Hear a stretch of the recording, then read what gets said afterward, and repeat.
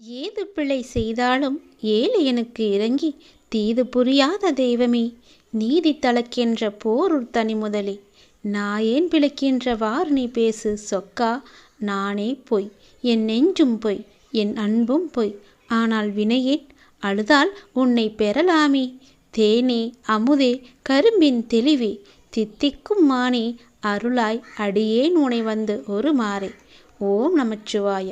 திருச்சிற்றம்பலம். சிவாய நமக. சிவ சிவாய நமக. எல்லோருக்குமே சிவன் என்றால் பிடிக்கத்தான் செய்யும். தந்தை சிவபெருமான் நினைப்பது என்பது மிக பெரிய புண்ணியத்தின் ஒரு சத்திய வருமானம். மனித வாழ்க்கை வியாபாரமாகிவிட்ட இந்த காலத்தில் அந்த வியாபாரத்தை லாபமாக மாற்றுவதற்கு நாம் இறைவனுடன் வியாபாரத்தை இணைத்து கொள்ள வேண்டும். இறைவனுடன் வியாபாரம் செய்வதற்கு அவருக்கு வேண்டியது எல்லாம் உங்களுடைய பணம், காசு, தொழிலில் வரும் லாபம், இது எல்லாம் கிடையாது. நீங்கள் சுத்தமான மனதுடன் அவரை நினைவு செய்ய வேண்டும். உங்களிடம் என்னென்ன தீய குணங்கள் இருக்கின்றதோ அவற்றை அவரிடம் அர்ப்பணித்து விட வேண்டும். அர்ப்பணித்தவற்றை திரும்ப வாங்கக்கூடாது. அர்ப்பணித்த பின் அந்த இடத்தை நிரப்புவதற்கு அவரிடமிருந்து நற்குணங்களை பெற்றுக்கொள்ள வேண்டும்.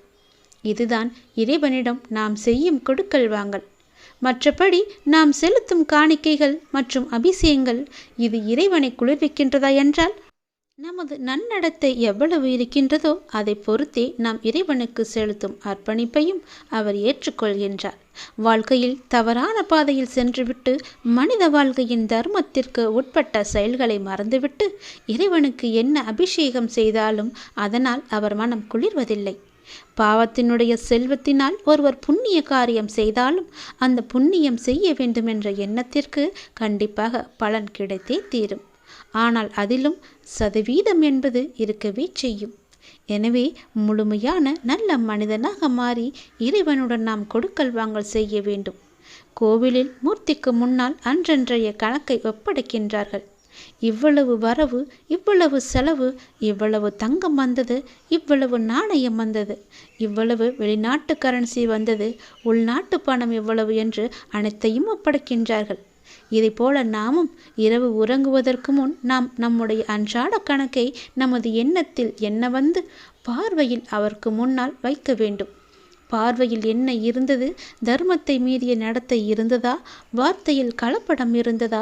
பிறரிடம் நான் செலுத்தும் அன்பு உள்நோக்கம் கொண்டதாக இருந்ததா? இதையெல்லாம் ஒப்படைக்க வேண்டும்.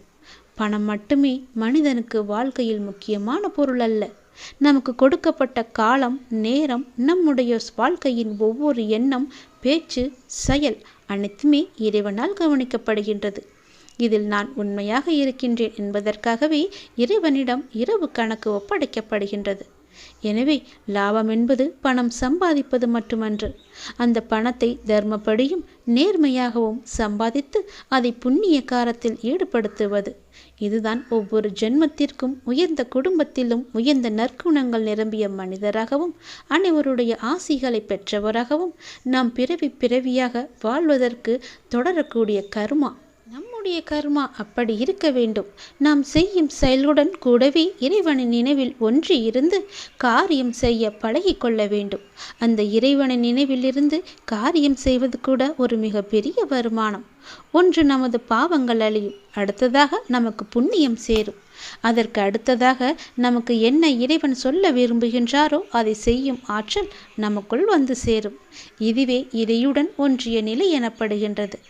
ஒரு மனிதன் பிறப்பு முதல் இறப்பு வரை இந்த உடல் என்னும் கருவியின் மூலம் செய்யக்கூடிய கர்மத்தின் பலனாக அவனுடைய வாழ்க்கை என்பது உருவாக்கப்படுகின்றது. எனவே கர்மத்தை சிரேஷ்டமாக ஒருவர் விரும்பினால் அவர் இறை நினைவில் கர்மத்தை செய்ய பழகி கொள்ள வேண்டும். அப்பொழுது கர்மம் தர்மப்படி இருக்கும்.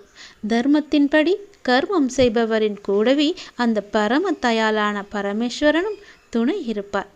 எதையெல்லாம் மனித வாழ்க்கையில் லாபம் என்றால், ஒன்று நாம் இறைவனுடன் இருப்பது, இன்னொன்று நாம் இறைவனுடன் இருந்து காரியம் செய்வது, மற்றொன்று நாம் செய்யும் காரியத்தை இறைவனுக்கு விருப்பமானதாக செய்வது. இப்படி இருப்பவர்தான் புண்ணியவான்.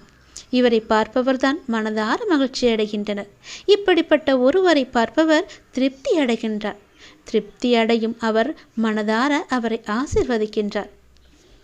இப்படிப்பட்டவருடைய மரணம்தான் அனைவருக்கும் இப்படிப்பட்ட ஒருவரை இழந்துவிட்டோமே என்று தன்னையும் அறியாமல் கண்கலங்க வைக்கின்றது. எனவே கர்மத்தை நாம் சிரேஷ்டமாக செய்யும்போது வையத்துள் வாழ்வாங்கு வாழ்பவன் வானுரையும் தெய்வமான ஜோதியான தந்தை சிவபெருமான் மனதில் வைக்கப்படும், மனிதனாக போற்றப்படுவார். எனவே வாழும்போது நல்ல மனிதர்கள் 4 பேரை நாம் சம்பாதித்து கொள்ள வேண்டும். வாழும் வரை இறைவனுடைய நினைவில் ஒன்றி வாழ வேண்டும். எங்கே இறைவன் இருக்கின்றாரோ அங்கே மற்ற அனைத்தும் தன்னால் நடந்தேறும் என்பதை நாம் அறிந்து கொள்ள வேண்டும். அனைத்தும் ஈடேறும்.